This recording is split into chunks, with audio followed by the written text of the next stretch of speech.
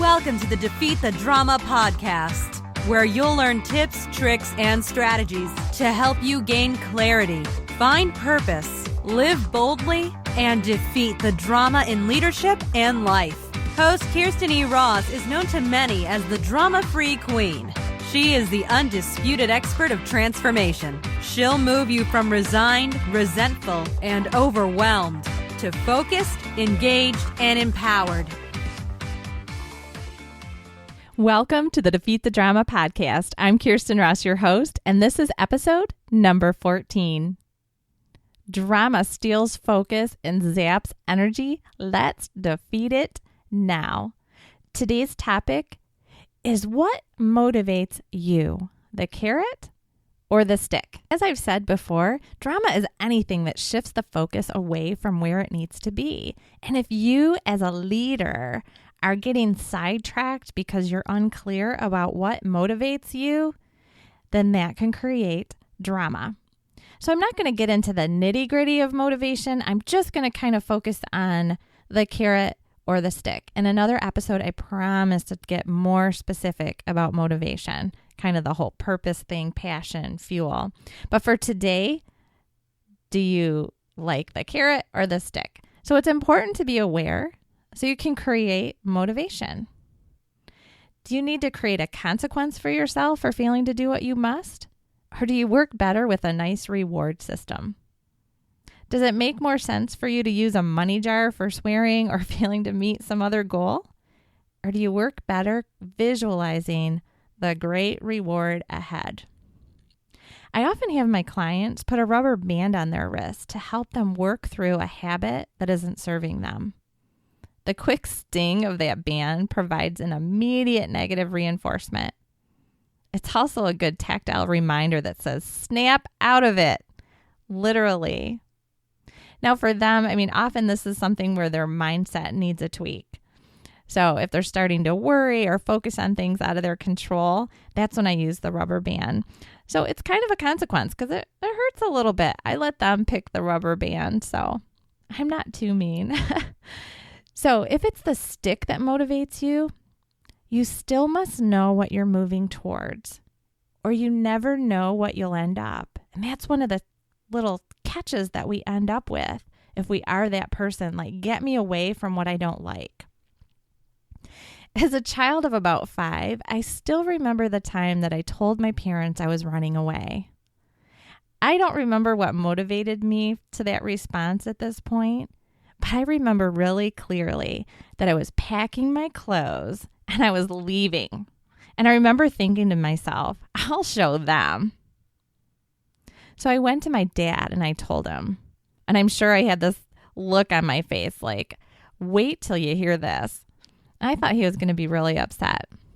But you know what? When I told him about my decision, he calmly looked at me and he said, "Where will you sleep tonight?" Good question.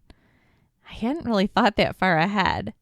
I had planned the announcement and the big escape, but nothing more. I had definitely packed some of my favorite toys and I had some clothes. I might have packed a little bit of food, but probably not enough to get me very far. As adults, we sometimes do the same thing, proclaiming, "I'm out of here," before we really have a plan. We feel frustrated, disrespected, devalued, and think, "I'm leaving. I'll show them." Or, "I can't take it anymore." And we head off with no specific destination or plan in place. Now, there are times when you have to move swiftly. For instance, if your personal safety is in danger. But most exits provide time for planning, if you can have the self-discipline to prepare before your flight. I always tell my clients, don't just run from something. You want to be moving powerfully towards something else. So regardless of how you're wired, make a plan for where you're heading next so you don't end up someplace else. So create your plan, whether it's short or long-term goal, and then use what motivates you to catapult you towards that prize.